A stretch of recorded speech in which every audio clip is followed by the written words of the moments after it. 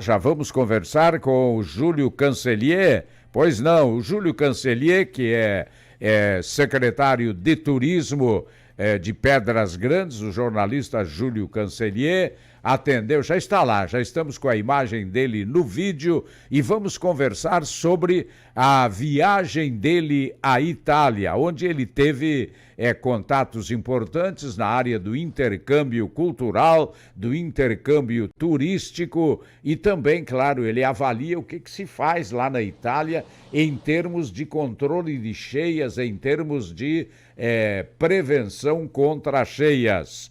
Júlio Cancelier, prazer em recebê-lo por aqui. Bom dia, meu caro.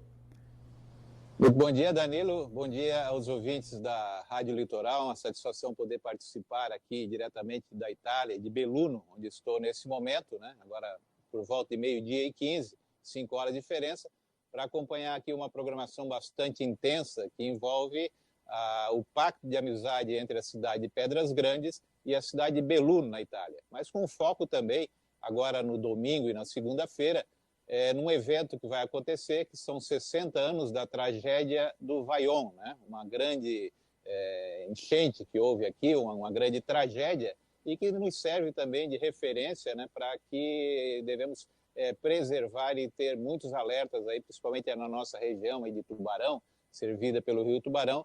A gente vai colher aqui alguns exemplos, né, para que tragédias como essa aqui de Vajont, ocorrida em 1963, provocando aí 2.000 mortes, praticamente, né? Muitos deles com sobrenomes aqui da nossa região de Tubarão, não tornem a acontecer.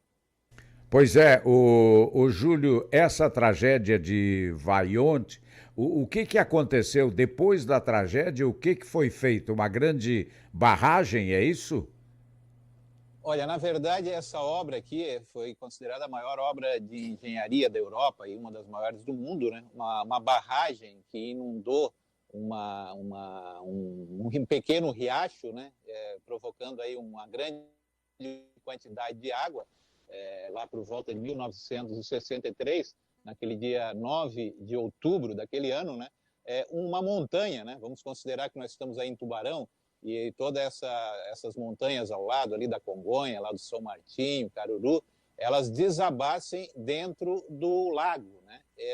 Essa terra que caiu dentro do lago, né? Um imenso lago, digamos assim, ela suplantou, ela passou por cima daquela gigantesca barragem, né? E o impacto causado, né, pelo estrondo, pela explosão, ela provocou imediatamente 2.000 mortes, né? As famílias todas aqui de Longarone, a cidade praticamente toda ela morreu, praticamente 450 crianças perderam a vida naquela tragédia, e o que nos torna solidários a esse acontecimento, que agora vai ser lembrado na próxima segunda-feira, é justamente a grande quantidade de sobrenomes, né, que são os mesmos aqui da nossa região, porque daqui de Longarone, Herto Castro, partiram lá por volta de 1878, né, os primeiros imigrantes italianos, que foram aqui para Uruçanga, Pedras Grandes, 13 de Maio, Tubarão. Então, é uma coincidência, né, o fato de aqui termos muitos mortos de famílias como as nossas famílias aí de Tubarão e região. Pois é, Júlio, eu te perguntava o seguinte, depois da tragédia de Perfeito. Vajont, o que eles fizeram para minimizar os problemas e prevenindo futuros eventos? Ótima pergunta, e ontem mesmo eu conversava com o secretário da Proteção Civil aqui da região do Vêneto, né? Ele me explicava exatamente o que foi feito depois daquela tragédia. Passado o luto, né? A primeira coisa foi reconhecer que os projetos, os estudos eram feitos não adequadamente. Houve muita informação errada, né? Que fez com que a população não tivesse um devido alerta, né? A montanha estava para cair, toda aquela quantidade de terra estava para cair, e, em primeiro lugar, então, o alerta, por isso que é importante, né, que serviu como ensinamento aqui da tragédia de Vajont, os alertas que são dados, né, no caso, por exemplo, aí quando sobe o rio Tubarão, é muito importante que a Defesa Civil, que a própria imprensa, né, avisem, né? Como ocorreu, na verdade, em 1974, naquela enchente de Tubarão, eu me recordo que os alertas eram dados pela rádio Coirmã aqui, os radialistas de Tubarão foram até Orleans e deram o alerta, né? Olha, o rio está subindo, é muito importante, então, que as pessoas se protejam, né? Esse foi, portanto, o primeiro ensinamento da tragédia de Vaion.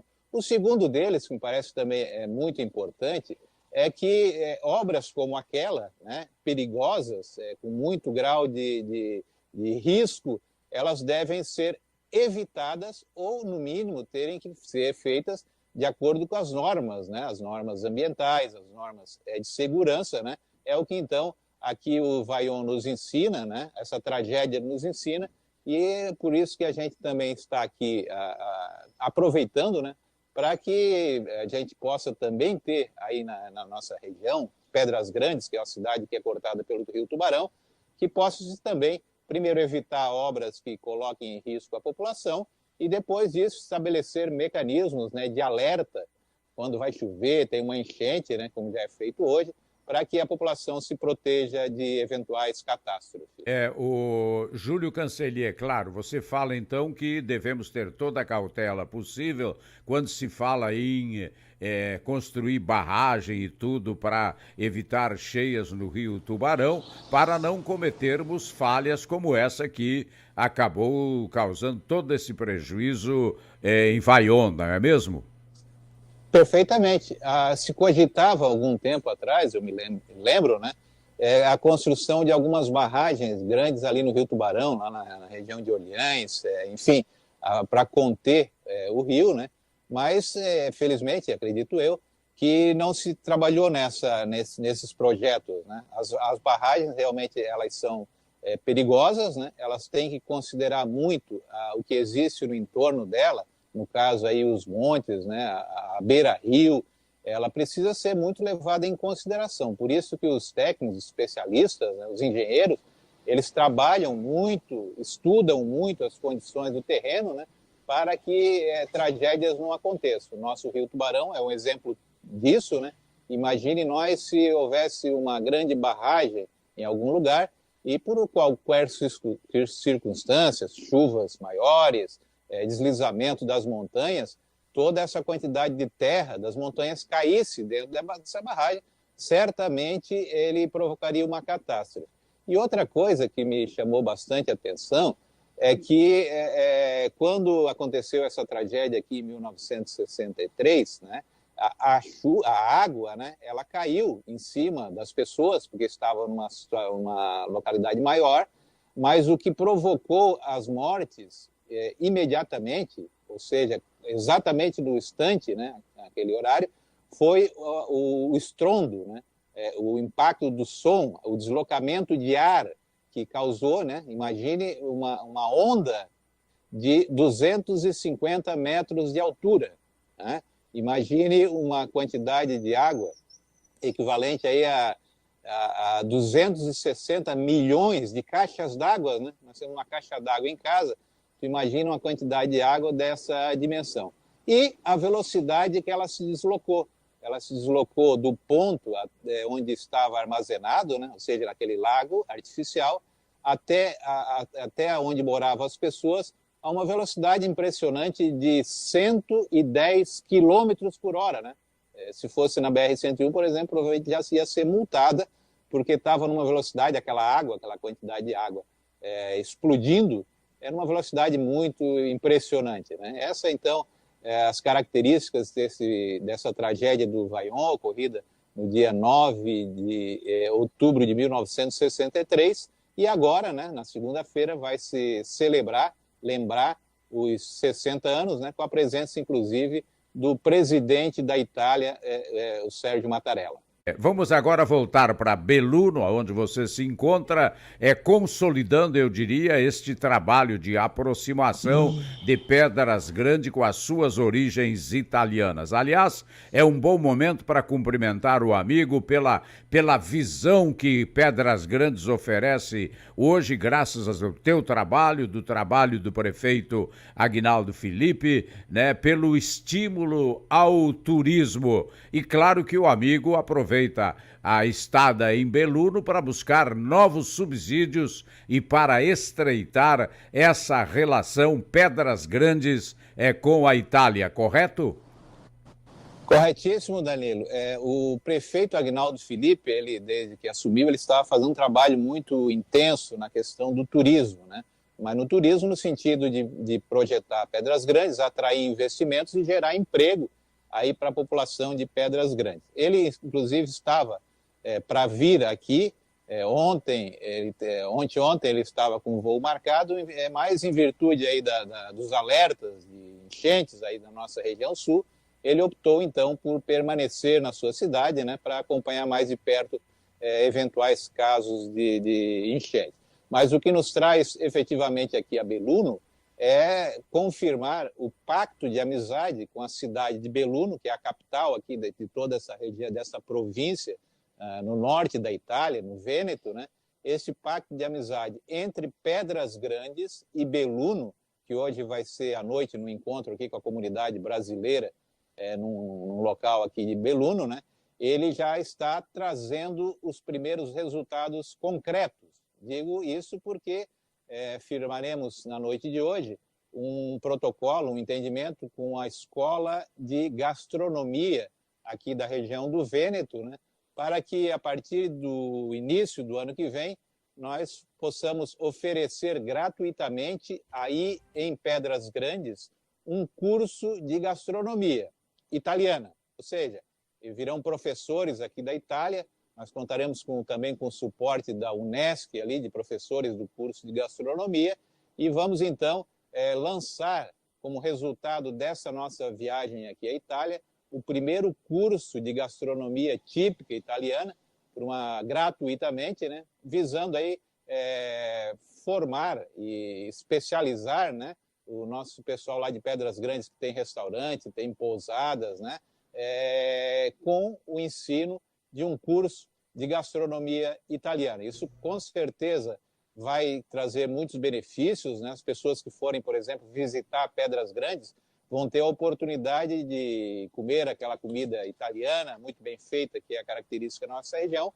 mas agora com essa técnica que nós estamos levando de Belluno, da Itália, Longarone, para o município de Pedras Grandes.